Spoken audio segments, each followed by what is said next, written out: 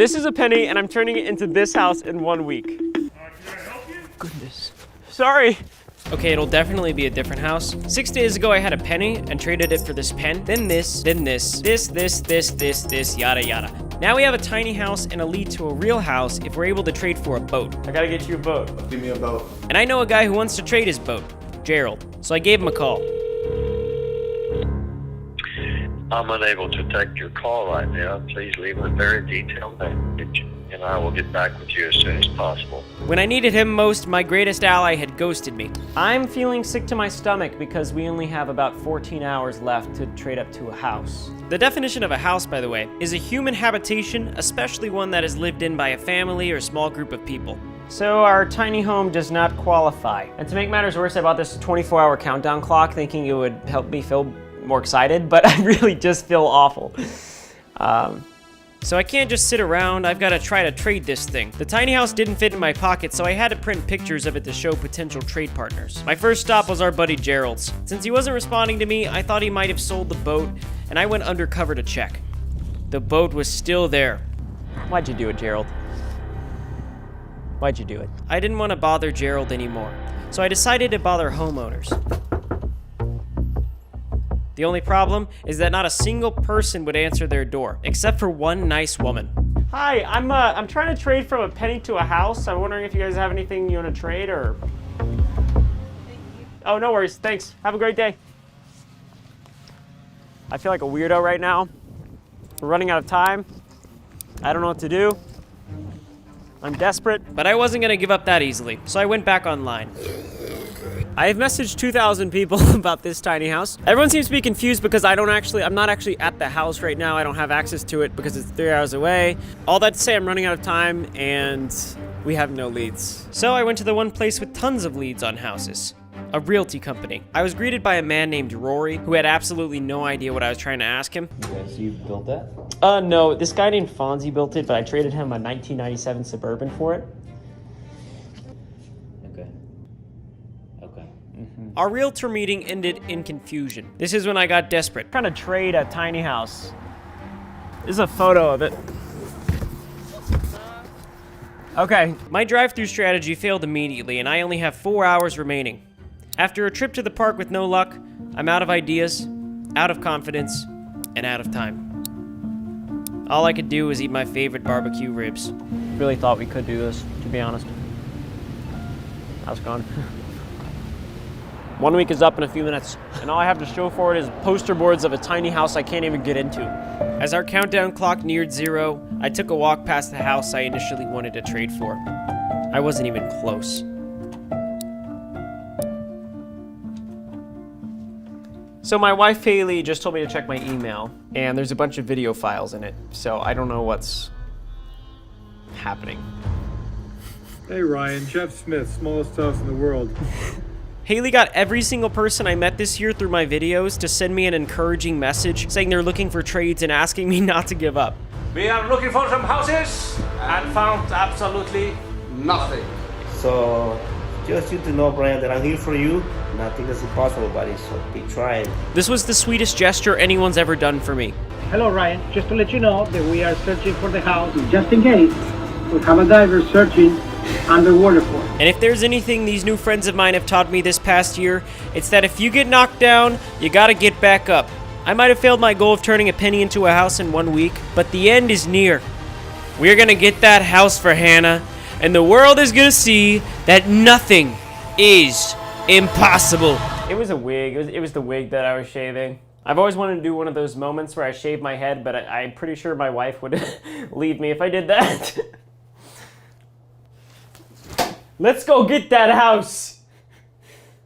I made no progress for 10 days after that statement. However, on day 17, something crazy happened. I was invited to be on my city's local news station about my mission. Ryan Trahan is a YouTuber based right here in Austin, known best for his penny challenge. His most recent episode, over 5 million hits. So yeah, we're trying to turn a penny into a house in 1 week. How many days in? 17. Gotcha. Okay. Yeah. That's when Ryan asked our filming crew to subscribe to his YouTube channel for a unique reason. Hey Austin, if you're watching this, Be sure to subscribe to my YouTube channel because I'm trying to get Dr. Phil to adopt me as his legal grandson. Ryan at 5.5 million subscribers. And Dr. Phil right at 6 million. Oh my gosh, are you guys interviewing Hannah as well? If you've kept up with the series, you know that if I successfully traded up to a house, I would give it to a lucky subscriber, and that's Hannah. A few days later, Douglas got an email back and then put me in touch with a man named Mark, who sells land for a living and wants to trade his smallest lot for our tiny house. We're about to FaceTime our friend Mark and maybe get some land. Hey Mark. Hello, hello. How you doing? I'm good, Ryan. How are you, man? Good, good. We spoke for another 10 minutes, but ultimately... Yeah, man, we'll get her done, man. We'll keep the flips moving forward. Okay. I'm hoping you guys, are able to hit your goal. Woo! That man is a land mogul. We signed a digital contract, and then I listed the land online without even seeing it. The next morning, I drove 3 hours to step foot on my new property. I really feel like we could trade for a house with this land. And after 6 more days of a dozen people emailing homeowners across America with no luck, and posting our land on almost every website known to man, we finally got an email back from someone named Justin. He's an investor and loves our mission, and the house is beautiful. And on day 27, I found myself in a small town somewhere in Texas, ready to make a deal. Howdy. Hey, how's it going? Good. Justin? Yes, sir. All right. Yes, sir. Yeah, Nice good to meet you. Yeah, same here. I got inside and signed some documents that say I own the house now, and I felt on top of the world. And after making it official, Justin did want to tell me something about the house. So I bought a sight unseen, and it needed more work than we care to do to it. Like my crew'd have to be up there, probably be on it for like 10 days or so. For sure. When I shook Justin's manly hand, the universe felt like it was accelerating. I felt the energy of every person I traded with flow through my veins. Every single day for the last month, the next trade up felt absolutely impossible. Day after day, night after night, it somehow all came together. And now, somewhere out in the world, there's a penny that has achieved the impossible. Good meeting you. Thanks, Justin. I don't think it's really hit me that we just traded for a house, probably because the house is 7 hours away. So it's time to hit the airport and fly to this penny house. But before I could do that, I had to make one last stop. Hannah's apartment. If you're just now tuning in, I have some explaining to do. Hannah owns a small business and she thought it was getting supercharged by our sponsor Shopify. However, I essentially trapped her in this Airbnb for a week to keep her from finding out about my mission to get her a house. It was time to tell Hannah that I had been fooling her all along. Hannah, you don't know this, but for the past month I've been trying to trade from a penny to a house for you guys, and all that Shopify stuff was not real. Yeah, we know. Yeah, we'll watch the videos, bro. You watched the videos? Yeah, my friend sent me it.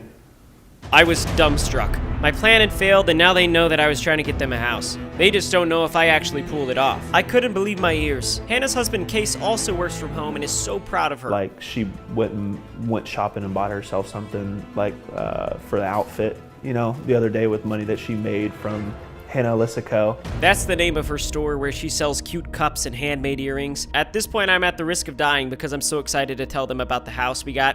Yeah, I love going about my day and just hearing the little cha-ching noise from my phone. It's cute. I think Hannah and I can both agree that you can do some amazing things in a short period of time. Before I tell Hannah and Case the good news, Shopify has made this entire series possible. If you want to start chasing your dream and start your business like Hannah, sign up at shopify.com/Ryan Trahan and drop your store link in the comments. They've been waiting long enough. It's time to tell Hannah and Case that we got them a house. We were trying to turn a penny into a house in 1 week and failed. Then we tried to turn a penny into a house in 1 month. And we did it. You guys have any reactions? I showed them the house that we traded for a penny that I'm visiting tonight and told them how it's not really livable yet. But what they don't know is that I talked with Shopify and they wanted to get Hannah and Case a move-in ready house here in Austin, which means I can do something even cooler with our penny house. Anyways, it's time to surprise them. And we have to leave. What? We have to leave. I'm not gonna lie, I was freaking out on our way to the house. As we walked up to their new home, I couldn't help but feel like I was Oprah or something. 3, 2, 1. Oh my god. I probably picked the most HGTV song possible for this moment, but dang it, it's the perfect song, alright? Hannah and Case explored their new home, and Hannah was breaking in her new office. You go, Hannah. They finished their tour, then we celebrated with milkshakes. And just like that, I was at the airport, exhausted. But our work isn't finished yet. The next morning, I found myself a block away from our penny house. And when I stepped foot in the front yard and opened my eyes, I speechless. That's the word to describe what I felt. And now I'm gonna give you a full house tour, starting with the front porch. So, not to get too corny or anything, and I probably am gonna put a dramatic song in the background. Goodness. 1 year ago, I took this selfie. I don't really look too different, but I took this picture because I vividly remember I was like, this is the lowest I've ever been, and I should document this. I just had a tough year. You know, I mean, pretty much everyone did. I felt so tired and unhappy. I had no idea how I was gonna keep going, in general. I didn't see myself as a creative person, or hardworking, or smart, or attractive. I'm looking rough in that photo, let's be honest. I had no idea what would come out of this last year, but man, God has been so good to me. I started meeting so many amazing people in the most absurd places, and they become my friends and helped me grow as a person. Life just started turning around. And this music is dramatic, but this is an emotional moment for me. Also, this pinning to a house thing has absolutely wrecked me. In a good way. Ashley, Douglas, Rex, Judy, Gerald, even though he ghosted me. Everyone I've met is responsible for this house. That cost a penny, and probably more with renovations, but I was talking to Douglas off camera last week and we were chatting about life stuff, and he said something that blew my mind. Our dreams are like pennies. They're pretty worthless on the surface, probably dusty, probably ugly, and most people throw them away or tuck them in their back pocket or drop them in the street. And every day you could probably walk outside and find dozens of dirty, abandoned pennies. So we have to be the ones who can see their potential, pick them up, dust them off, and take them as far as we can. I'm donating this house to charity, and they're here. So as I donated the house and some money for renovations, I shook the hands of our friends at the local homeless shelter way too many times. Way too many. I feel so bad about this. And I couldn't help but think of Douglas's words one last time.